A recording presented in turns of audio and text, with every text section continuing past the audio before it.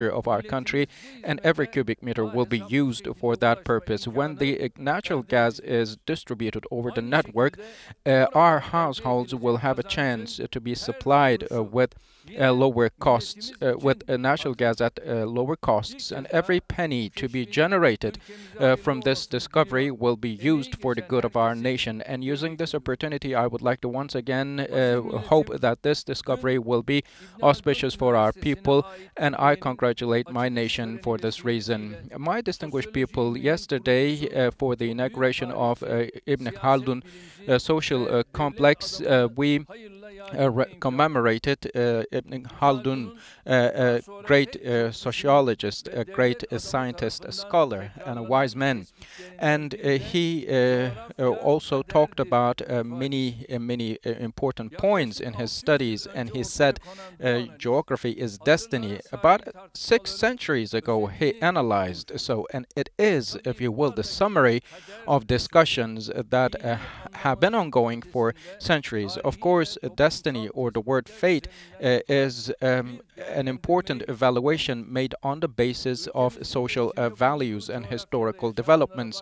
Considering what goes on in our geography, where our country is also located, we see that his term is much more clearly seen in its analysis, because Turkey on one hand is connected to Europe and on the other to Asia, and also down south to Africa, and it almost separates the continents from one another and brings and connects 3 seas together, and it is located in the very core of such a geography.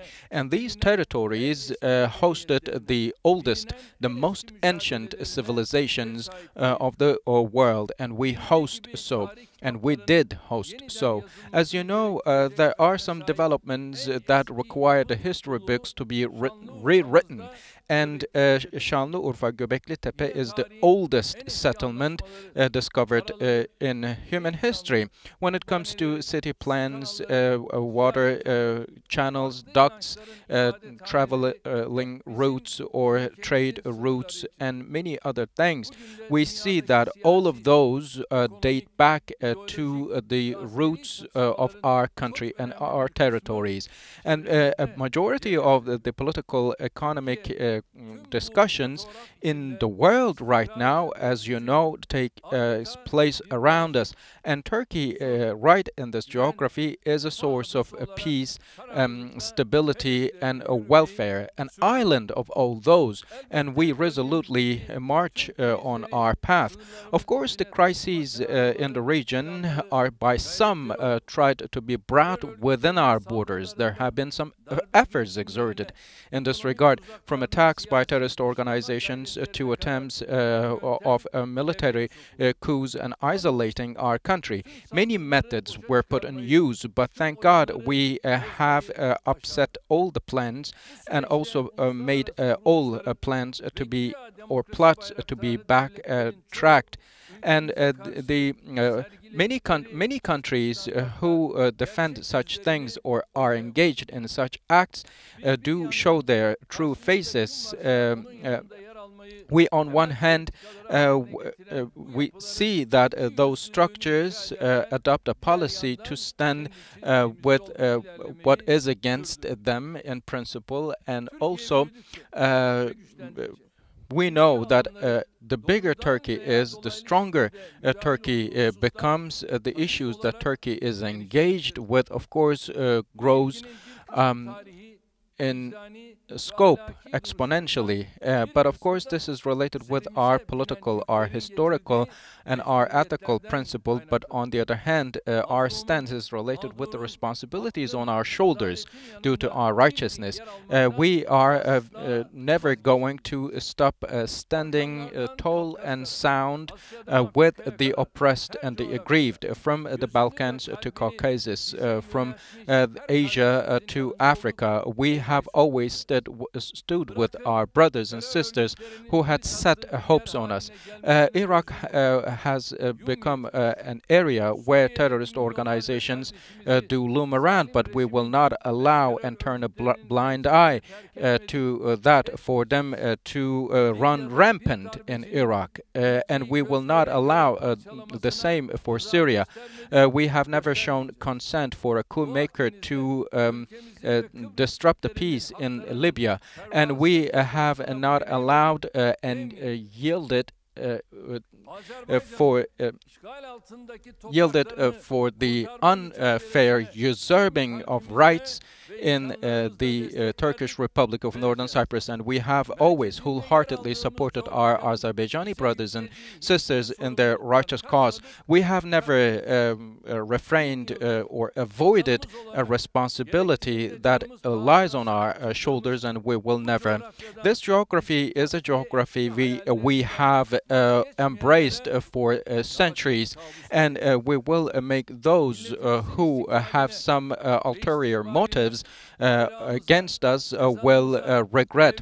If some do attack our motherlands, our flag, our calls for prayer, and our values, then their hands, if you will be broken.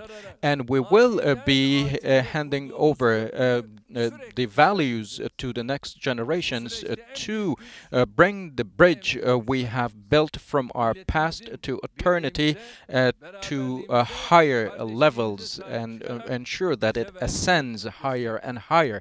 And the biggest source of courage that comes for it is the support lent to us by our people, our nation, because throughout history there has been no greater will than the will of the nation, and no superior power that can be compared to the will of the nation. And with this principle, on this basis, we will be leaving a greater and a bigger country to the next generations. May God bless all who have contributed tremendously in our cause. My dear brothers and sisters, we see a tremendously increasing number of terrorist attacks all over the world, and this goes the same for the global outbreak of COVID-19. Many nations that seem strong, many countries that seem to be strong, have been shaken very strongly in the face of this outbreak. Just until yesterday, some did rely on certain global structures to put on airs and had reliance on their weapons or economic powers. But now they are struggling with many other bigger problems. And there are some countries also who go more and more introverted and engage in and be dragged into the swamp of discrimination and racism.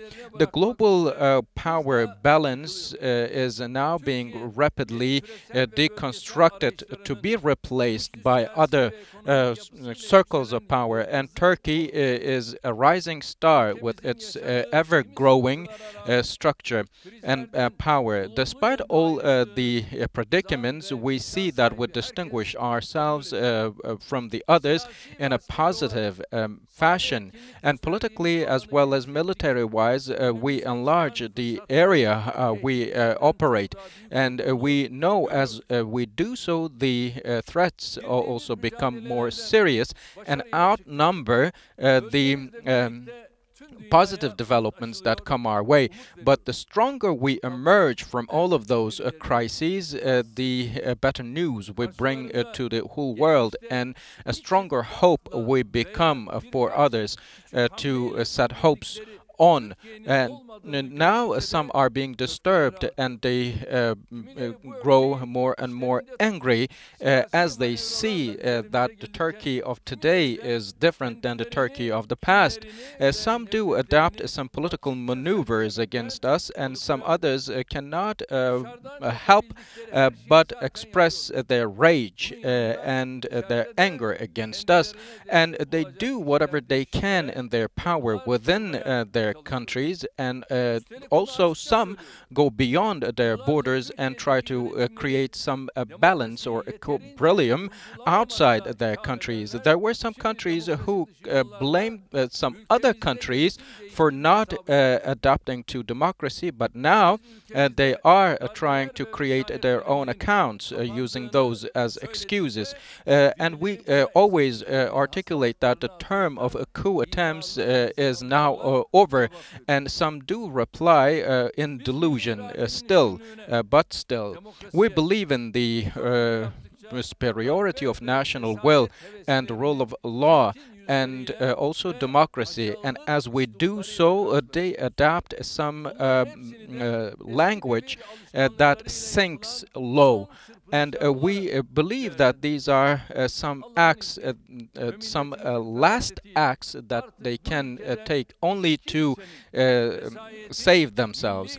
But God willing, nobody will have the power to go over the national will, and no one will have the power to run over our people with tanks. We have the joy to share. We have dreams to have, and those who lack and who are bereft of those will only dream about other ends. And we know that they expect to see some support lent to them by other circles, but everyone should be assured that they are only concerned with their own problems. They might expect to hear some words from some other external parties, but they will not be able to reach out to the support that they expect to have. We suggest them leave this attitude aside and turn their faces and hearts only towards our people.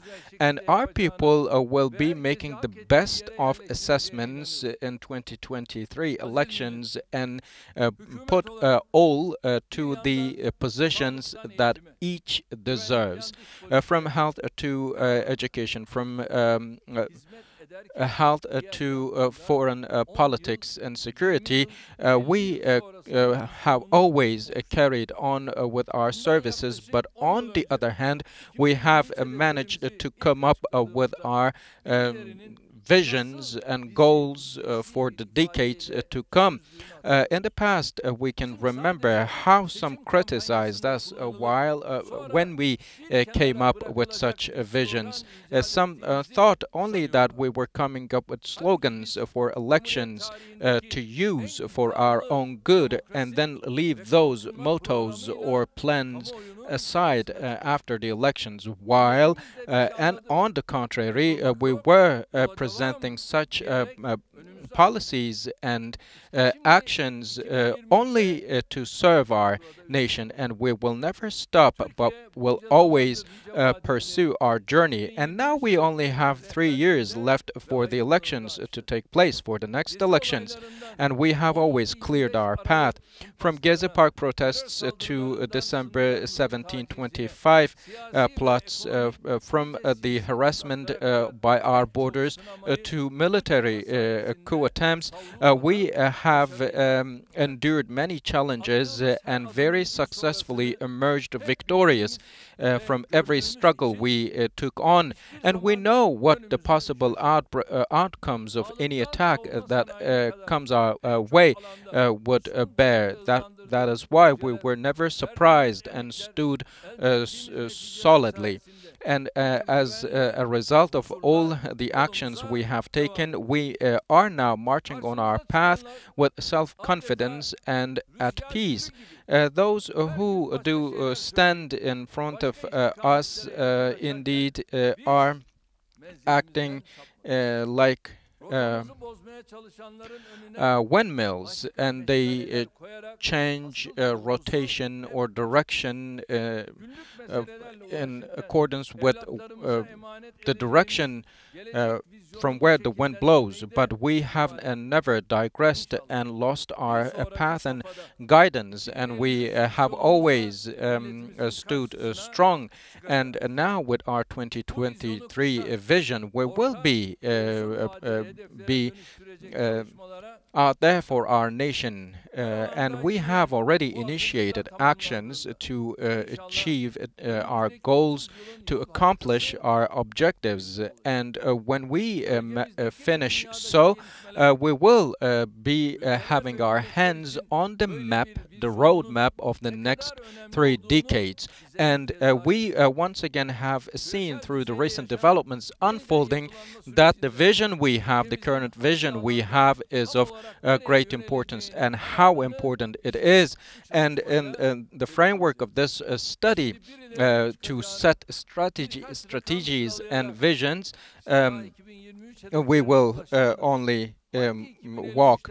Some people might still question that we have failed to achieve our 2023 goals, and they will be judging us as we have brought about visions for 2053 or 71. But sooner or later they will see the realities, and they are not expected by us to see, of course, what the realities are. But this is the reality, and they have no option but to accept that a reality which stands in front of them, because many reforms, structural reforms we have made so far constituted the very base of a new structure to be built. And we have only recently started this reconstruction. Communication, agriculture, industry, education, health, sports, and many other areas will only rise on the base of the strong structure we have laid. And the only guidance we take in this regard is from our nation, because our vision is set in accordance with the common goals, expectations, demands of 83 million people, and this is how we shape our future and visions. And hopefully we will feel the joy of achieving our targets, our objectives in 2023, and also share even more good news to come. My great nation, before I conclude, I would like to also address some issues we touched on during our presidential cabinet meeting. Public transportation vehicles and some venues where a high number of people gather will be very effectively inspected, and we will be very strictly trace those who came in contact with the infected patients, and we will do so in scrutiny. And the studies show that we will also progress much in vaccines, and there are very significant developments about adapting the developments for vaccine studies across the world to our case. And by the end of the year, we hope and target to conclude this vaccine process completely by the end of the next year. And in education, we have taken a new step forward for high school students for the grade 9, and for the primary school students for the grade 5. We will be starting face-to-face education. And there are some other classes, some other grades for whom we have remote learning. And we will be following the course, the most recent course of the pandemic, and adapt our policies accordingly. So incentives for unemployment and support for social purposes have made us allocate a budget of 39 billion. And we know that the UN also accepted the day for fighting against poverty, and we have initiated the most comprehensive plans and programs to fight against poverty, because we have a principle of making the state live, making the people live so the state lives on. And we have allocated social assistance, financial assistance to our people much, and the share of it in our national income jumped from 0.39% up to 1.2%, the share of it. And in accordance to the UN data, Turkey is among the countries where we have a high level of human development, and in the index we rank at higher positions. So for such reasons, we support especially the unemployed, the disabled, the senior, and many other groups. For example, we have initiated a campaign called We Are Self-Sufficient, and we collected an amount of 2.8 billion liras, and we distributed that amount to those in need, 1,000 liras per household. Within the framework of normalization, we also supported our insured employees by 1.2 billion liras, 1.4 million social security people. And we also provided many source of financial assistance for education, and we also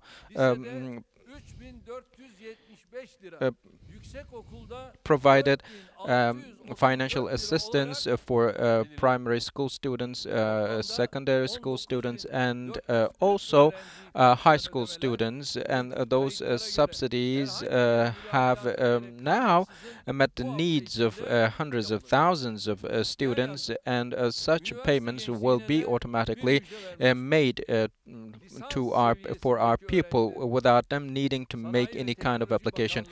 For also our undergraduate students, with the help of the Ministry of Industry, and also with the help of TÜBİTAK, we will be initiating a program for the interns and researchers. This program is titled the Program for Interns and Researchers, and it will be integrated to the research projects ran by TÜBİTAK, and all those who apply will have a chance to benefit from the project. So this is the largest scale undergraduate graduate scholarship program offered to our young people with the help of Scientific and Technological Research Council of Turkey. With these, I would like to conclude and would like to thank you all very much. Stay in health.